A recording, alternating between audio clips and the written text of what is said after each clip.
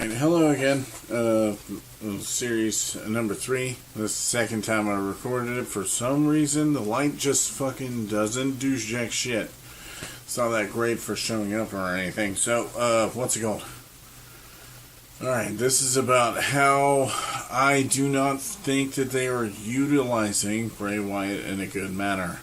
I think ever since I think it's in April, after WrestleMania and all that stuff happened, where I don't understand why they had Bray Wyatt lose to Randy Orton. It really doesn't make sense to me the whole time. Then on top of that, then they do this Superstar Shake-Up, and then Bray Wyatt goes to Raw. It's just it really didn't make sense to me. I understand that they're trying to get a huge name to go over to Raw, but I knew that as soon as that was going to happen, he was going to get lost in the shuffle. And then right as soon as they did that, they had then he started, even though that he was still in his title match with Randy Orton, they still put him in a match with Finn Balor. They were setting up what was happening even before the pay-per-view was even done. So I don't understand why they took him off the title, made him lose the championship match, because I have no idea why they did all the theatrics and all this stuff out of the title match where the roaches and all that stuff showed up if he was going to lose. He should be, in my eyes, he should be another Undertaker, the guy that takes over the mantle, the guy that does the creepy magic tricks and stuff like that, and has, especially the way that it was going. I was talking to my brother about this when we were at WrestleMania and watching it, before it happened. We're oh, it needs to end up having Sister Abigail show up. That's what they need to do. They need to have Sister Abigail show up. So the whole time we're expecting something to happen. I mean, granted, we already had the Hardys show up at one point.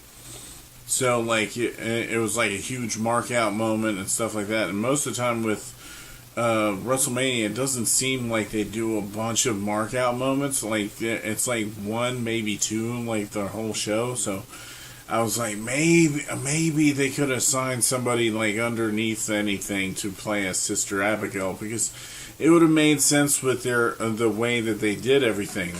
He was talking about she was being free and this and that after he burned the house down and all this stuff, and that it made him better.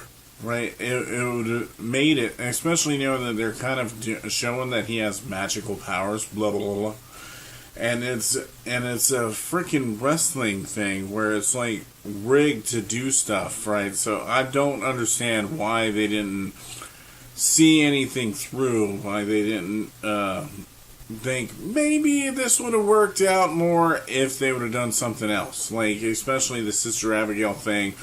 Or even have Luke Harper, because if they didn't want Randy Orton to lose on the big stage, out of clean ways, where he was just pinned and that was it, why didn't they have Luke Harper come out and then try to get involved, and then he turned heel and took it out on Randy Orton? But of course, that's not what happened. And then Randy Orton, all this bull crap about what happened lately is it just doesn't make sense to me. It's somebody that could be so much money is the Wyatt family. They had them together. Granted, the person that they took out of the Wyatt family, Braun Strowman, they've been doing incredibly well with him by himself. But the only thing is, I don't think that they're going to do that with Bray and the rest of the Wyatt family. They did a thing where Bray Wyatt was on SmackDown one week, and then Eric Rowan showed up. It was when all the NXT call-ups were happening, and then Eric Rowan showed back up, and then for after a week, then they switched him over to to Raw. I was what are they going to do with him there? What the hell? I understand that they do the thing where you can draft all of them over, right? But what are they gonna do? Like they already have him split up with Luke Harper, and now like I guess he's like split up with Eric Rowan. So I don't know exactly. Like it looks like they're dead in the water because what are they gonna do with them and creatively to find out like where their stuff is going? Like for a while, I've thought that they should have been tag team champions by now. Like, I thought, like, ages ago. Like, they did so well with the Shield. Why they let the Wyatt family go down, like, I have no idea why they let them, like, get as bad as they have been. Like, I think Bray Wyatt should have had a long run with the title. Especially knowing that they have nothing but heels or nothing but faces in SmackDown. There's only, like, Dolph Ziggler, Jinder Mahal, and a couple other people. Like, now AJ's a face, so, like, their top, like, heel, or one of the top heels, is now a face, so, like, they only have, like, some, and then on SmackDown, Jinder Mahal won the #1 contendership match. I was like, what the hell? He's only won, like, 2 matches? Yeah, he's only won 2 matches, and you're telling me that he's like a credible person for it? Like, it just does not make sense to me. So, what's it called? The whole, like I say what's it called a lot, trying to keep track of things too. So, but really at the end of the day, I really am disappointed. I'm like, I could only do so much, like, except for talk about it and try to explain my views.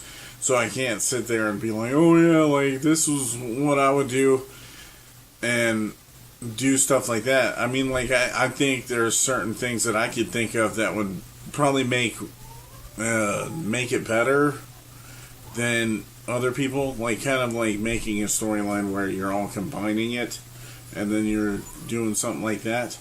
But, like, it just doesn't, like, I would have liked to see it end out a little bit better than it has.